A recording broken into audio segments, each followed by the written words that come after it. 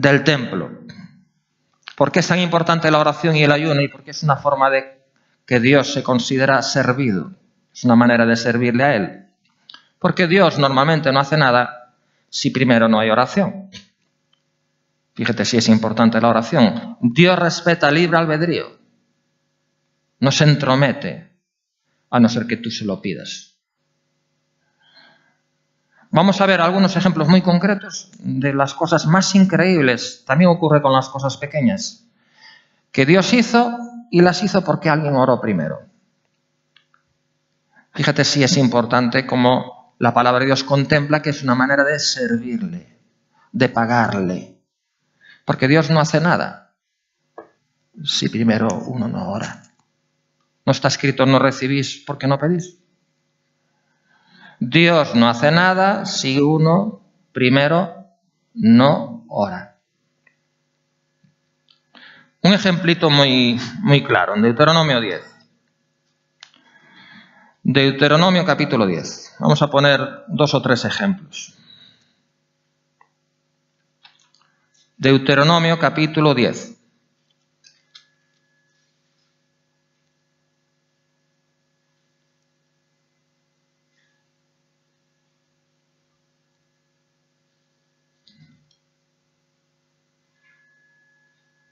No, perdón, Deuteronomio. No es Josué, es Josué. No sé por qué puse Deuteronomio ahí.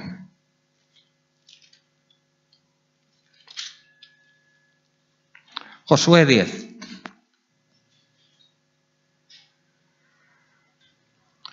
Josué capítulo 10, versículos 12 al 14. Fíjate lo que puede hacer la oración.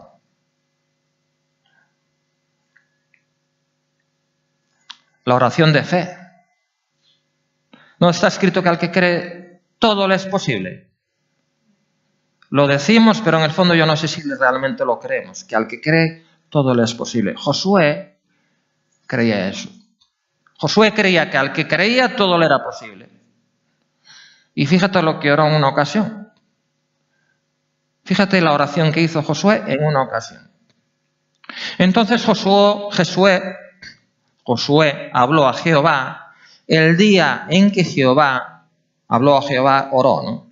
El día en que Jehová entregó al amorreo delante de los hijos de Israel y dijo en presencia de los israelitas. Dijo en presencia de los israelitas, oró en voz alta y todo el pueblo lo escuchó.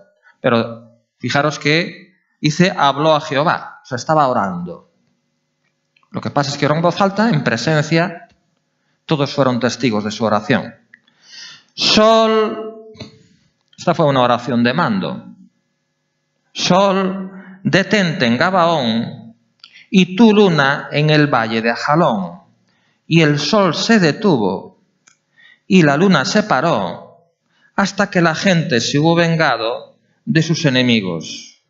¿No está escrito esto en el libro de Jaser?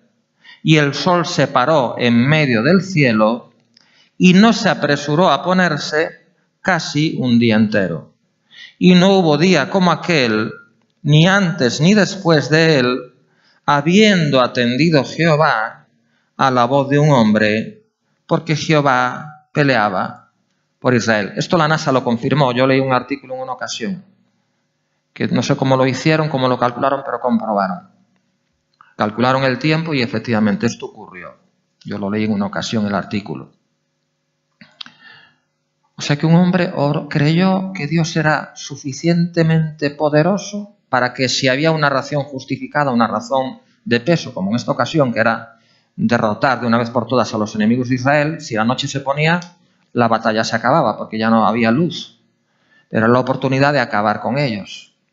Les habían hecho muchísimo daño, eran una amenaza para su propia existencia como pueblo, y Josué le pidió que prolongara el día para que pudieran seguir peleando, luchando y derrotando hasta acabar con ellos. ¿Puedes detener el sol, Señor, ahí?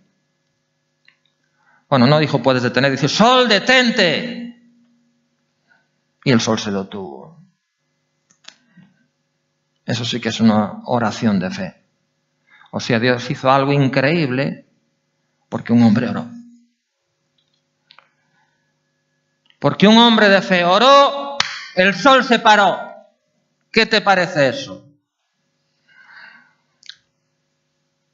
Por eso Ana servía con oración y ayuno, porque a veces como consecuencia de una oración se puede hasta parar el sol en su sitio, como consecuencia de una oración. Por una oración, el que estaba crucificado al lado de Jesús, que iba derecho y de cabeza al infierno, dijo: hoy estás conmigo en el paraíso, hoy mismo. Amén, por una oración. Por una simple oración, aquella mujer que era estéril y que estaba atormentada, estoy hablando de Ana, estaba atormentada por Penina y que no podía tener hijos, por una oración dio a luz al profeta Samuel, por una oración.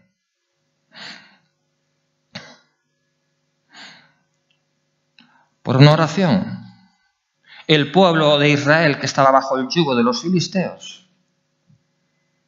dio a luz a Sansón, un hombre que acababa él solo con 1000. Con una fuerza sobrenatural, dice que despedazaba a un león como si fuera un cabrito, por una oración.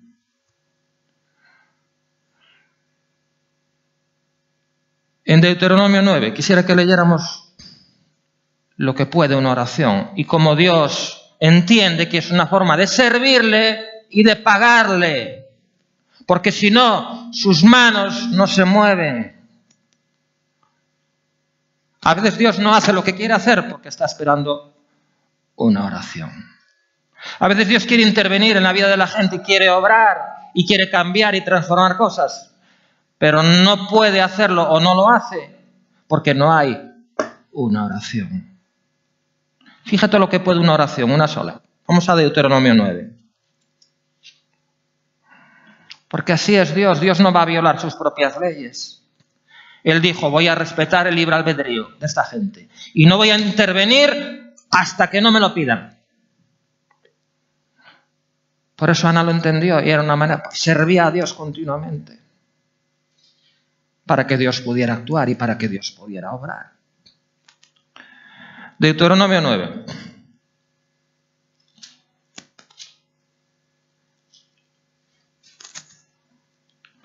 Deuteronomio capítulo 9.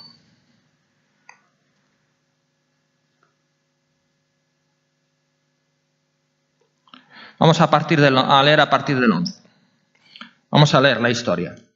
Gloria a Dios. Sucedió al fin de los 40 días y 40 noches que Jehová me dio las 2 tablas de piedra, las tablas del pacto. Bueno, esto es Moisés de nuevo testificando cuando le dio las tablas, los 10 mandamientos en el monte Sinaí. Y me dijo Jehová: levántate, desciende pronto de aquí, porque tu pueblo que sacaste de Egipto se ha corrompido, pronto se han apartado del camino que yo les mandé, se han hecho una imagen de fundición, el becerro de oro famoso.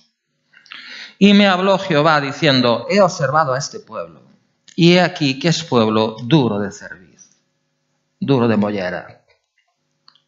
Así, igual que nosotros, así somos, duros, cabezones. Es la palabra que se emplea, ¿verdad? Cabezones, tercos, que por más que te digan, R que R.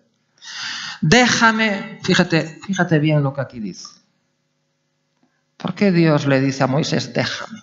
Es como si le estuviera pidiendo permiso.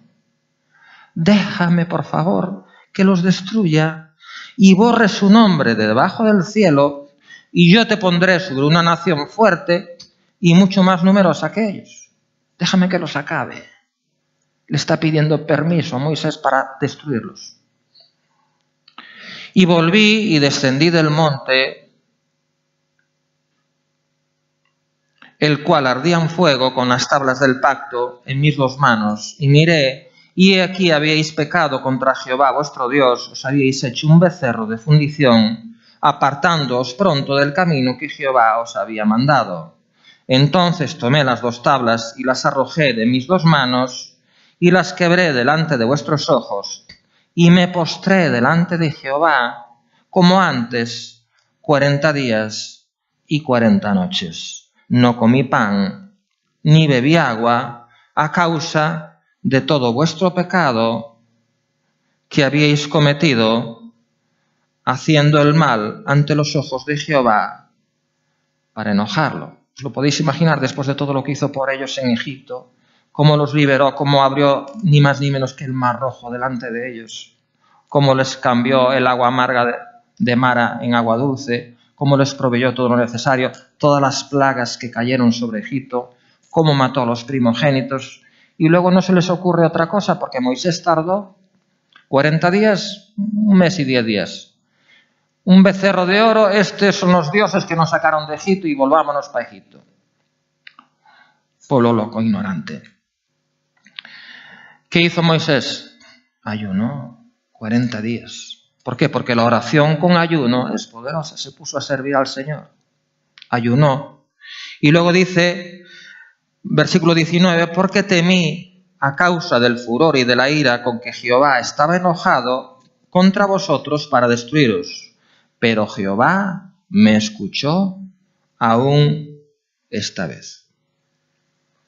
O sea, la oración de un hombre detuvo la ira de Dios y el justo juicio de Dios, en este caso contra su pueblo.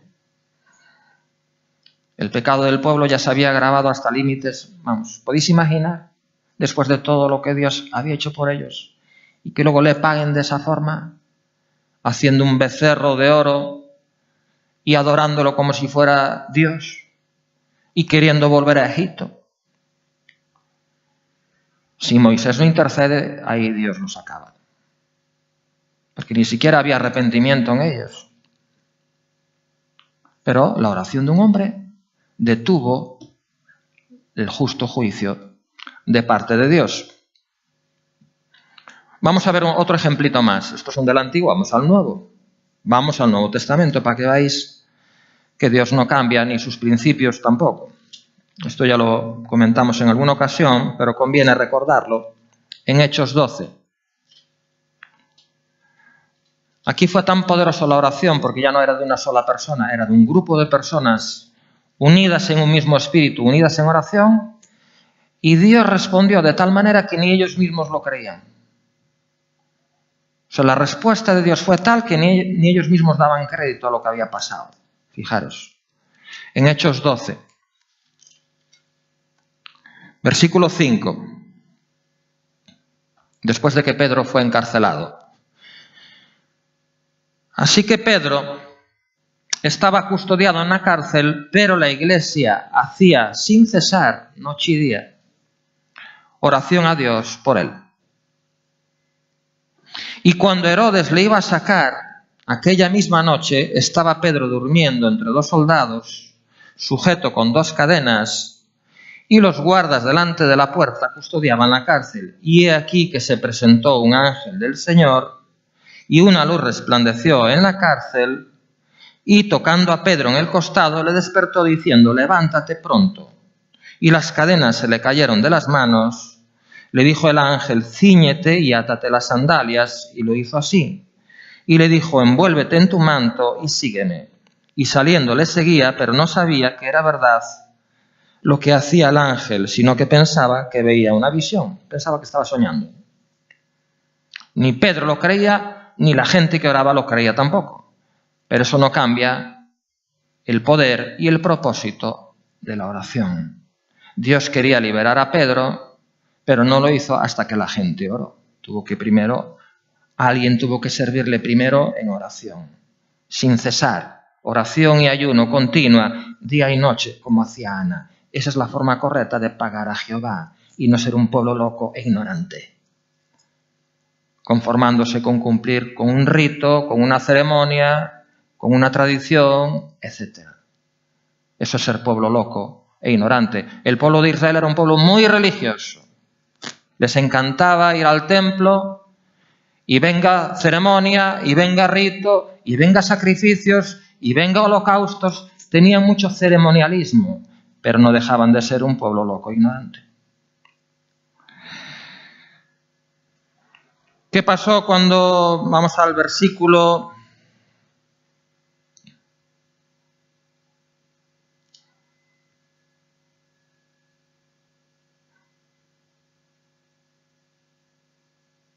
11. Entonces Pedro, volviendo en sí, dijo: ahora entiendo verdaderamente que el Señor ha enviado su ángel y me ha liberado de la mano de Herodes y de todo el pueblo de los judíos, que el pueblo de los judíos esperaba. Y habiendo considerado esto, llegó a casa de María, la madre de Juan, el que tenía por sobrenombre Marcos, donde muchos estaban reunidos orando.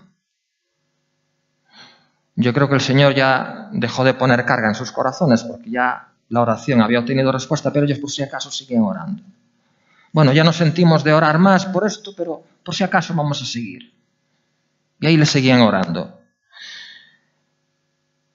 Versículo 13. Cuando llamó Pedro a la puerta del patio, salió a escuchar una muchacha llamada Rode, la cual, cuando reconoció la voz de Pedro, de gozo, no abrió la puerta, sino que corriendo adentro, dio la nueva de que Pedro estaba a la puerta. Y ellos le dijeron: estás loca.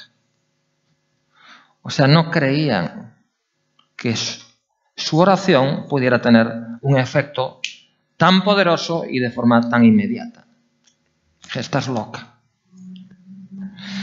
Pero ella aseguraba que así era. Entonces ellos decían: es su ángel. Mas Pedro persistía en llamar, y cuando abrieron, le vieron y se quedaron atónitos.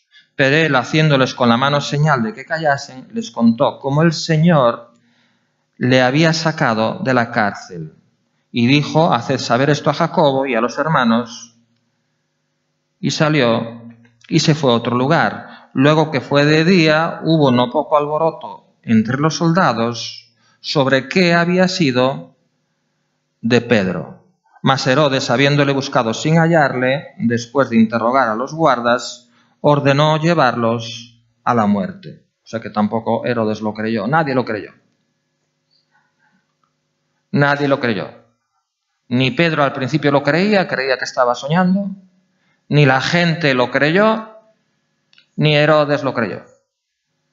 Pero el hecho de que nadie lo crea, el hecho de que nadie crea lo que Dios puede hacer por medio de una oración de fe, una oración incesante, alguien que se determina a ponerse en la brecha y a orar y a ayunar y a interceder delante de Él, a no ser loco e ignorante, sino a pagar a Jehová conforme a lo que Él es digno y a lo que Él merece. A veces uno mismo se sorprende. A veces uno mismo se sorprende de la respuesta, de lo que viene. Para terminar, quisiera que leyéramos un último pasaje en Lucas capítulo 1.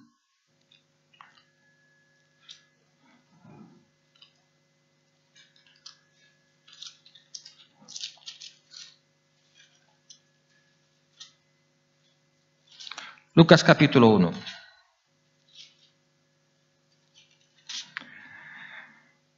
Versículos 67 hasta el 75. Con esto termino. Lucas 1, 67 hasta el 75.